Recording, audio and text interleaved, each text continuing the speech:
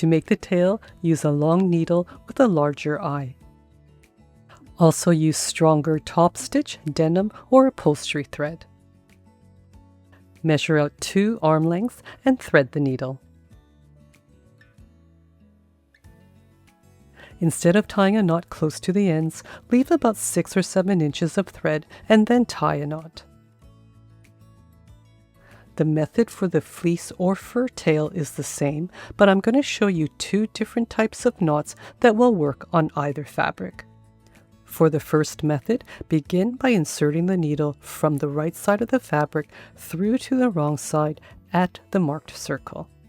Pull the thread through until the knot is about 1.5 inches from the fabric.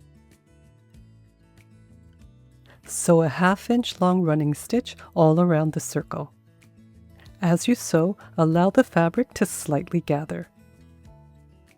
When finished sewing all around, place the needle beside the first stitch and pull through to the right side. The slight gathering forms this small shallow well.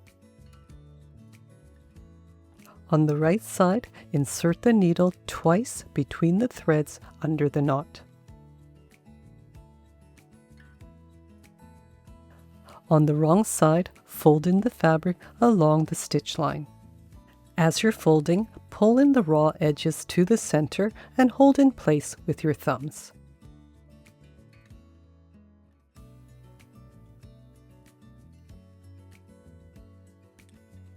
While holding on to the center, carefully pull on the end with the needle to gather up and close the opening. Squeeze the top together and continue pulling tight.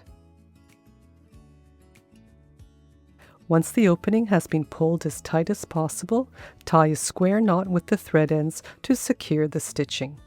Then trim the end without the needle. It should look like a little cotton ball. With this length of thread still attached with the needle, it's ready to be sewn onto the bag. If you prefer to glue the tail on, just thread the needle through the tail and pull tight to bury the thread.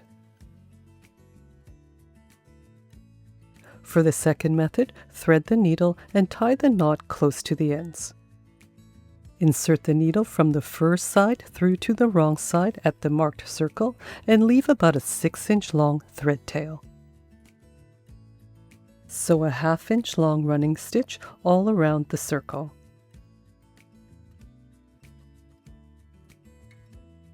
When finished sewing all around, place the needle right beside the first stitch and pull through to the right side. Pull on each end to slightly gather up the fur, forming a small well in the center.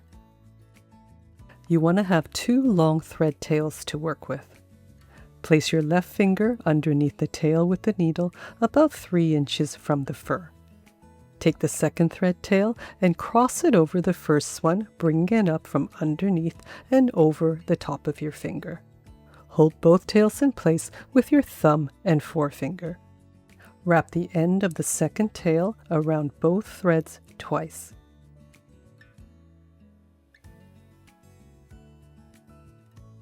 Then pass the end through the loop beside your finger. Remove your finger from the loop while holding onto the thread tail and pull on the second tail to tighten the knot. This creates a small sliding knot. Fold in the fur along the stitch line. As you're folding, carefully pull in all the raw edges to the center and hold in place with your finger and thumb. Carefully pull on the thread tail with the needle to gather up and close the opening.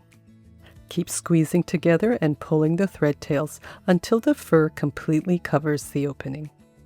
Once it's pulled as tight as possible, tie a square knot to secure the stitching and trim the end without the needle. With this length of thread still attached with the needle, it's ready to be sewn onto the bag. If you prefer to glue the tail on, just thread the needle through the tail and pull tight to bury the thread. To see how it's sewn onto a bag, make sure to watch the full video up next. Thanks again for watching, take care, and happy sewing!